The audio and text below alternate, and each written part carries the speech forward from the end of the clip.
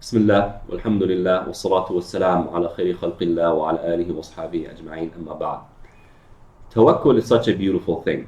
We know it, we've heard about it, we know what the translation of it is, to depend on Allah, to rely on Allah subhanahu wa ta'ala. And I'm sure we've listened to many lectures about it, we've asked the questions, how can I build my tawakkul on Allah subhanahu wa ta'ala? And we should.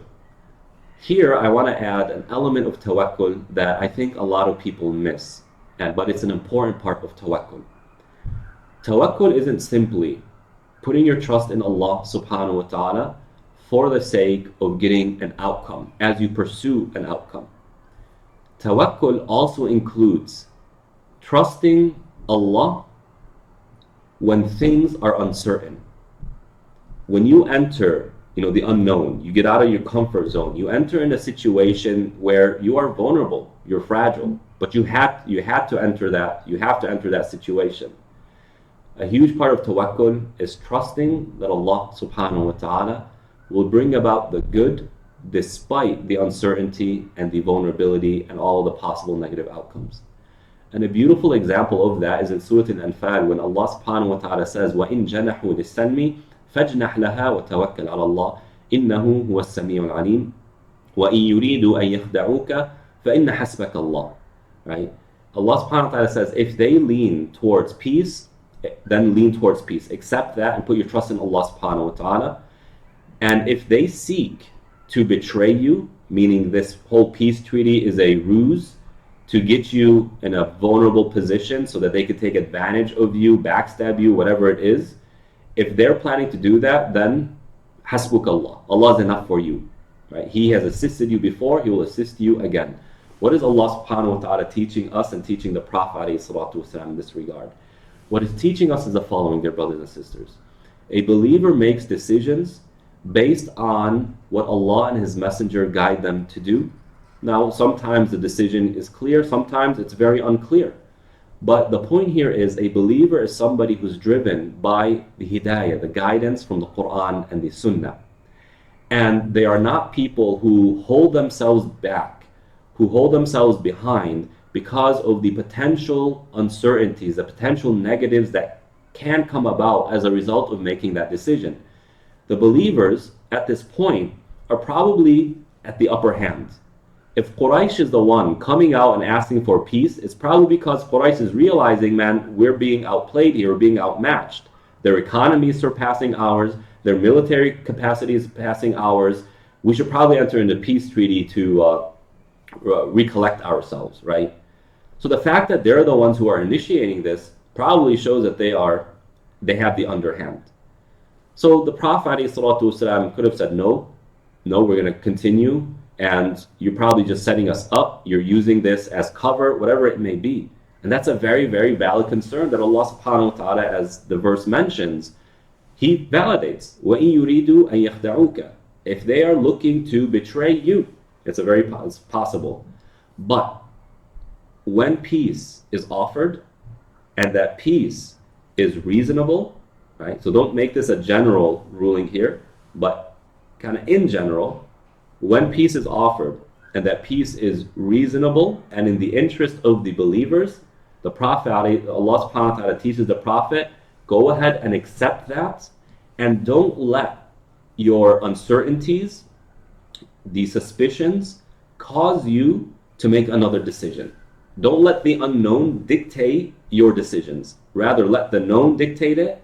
And then when it comes to the unknown, you put your trust in Allah subhanahu wa ta'ala.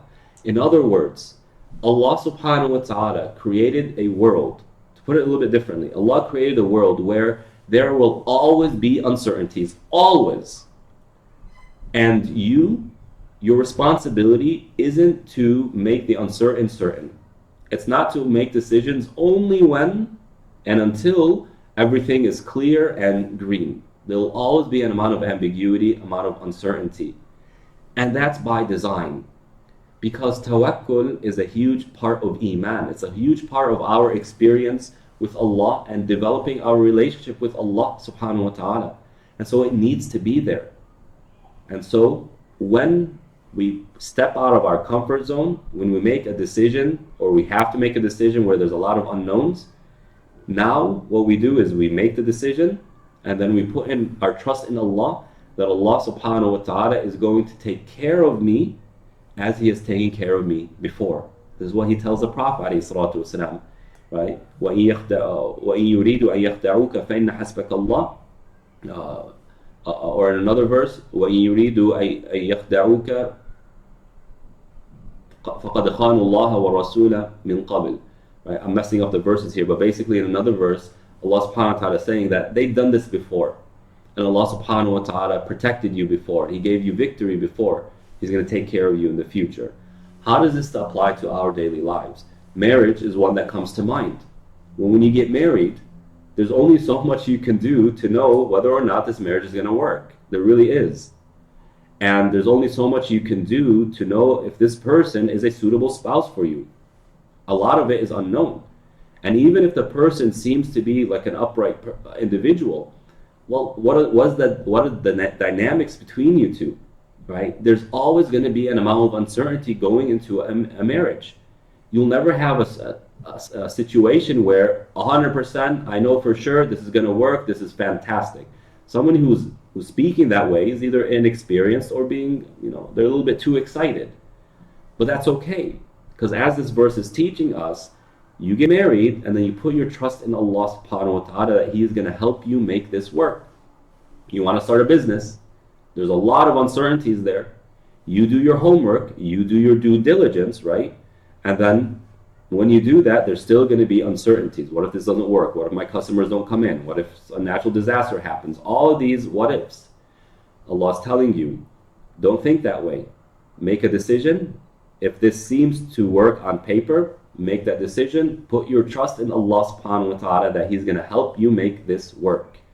And the list goes on.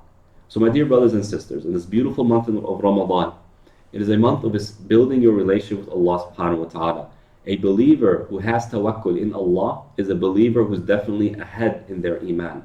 But tawakkul in Allah isn't when things are clear and certain, but rather it is when things are unclear and uncertain. Believers are meant to take decisions based on their principles, not by laying out all of the variables and making sure everything is in order. Yes, we do due diligence, but a huge amount or a big amount of our life is simply putting our trust in Allah subhanahu wa ta'ala that as He has helped me before, He will help me as I go in the future, and I won't be driven by my emotions and my uncertainties, but rather I'll be driven by the principles of Quran and Sunnah. And we ask Allah subhanahu wa ta'ala to make us among those who have their full trust in Him and dependence in Him and depend on Him. Allahumma ameen. Wa sallallahu ala nabiyyina Muhammad wa ala alihi wa ashabihi ajma'in.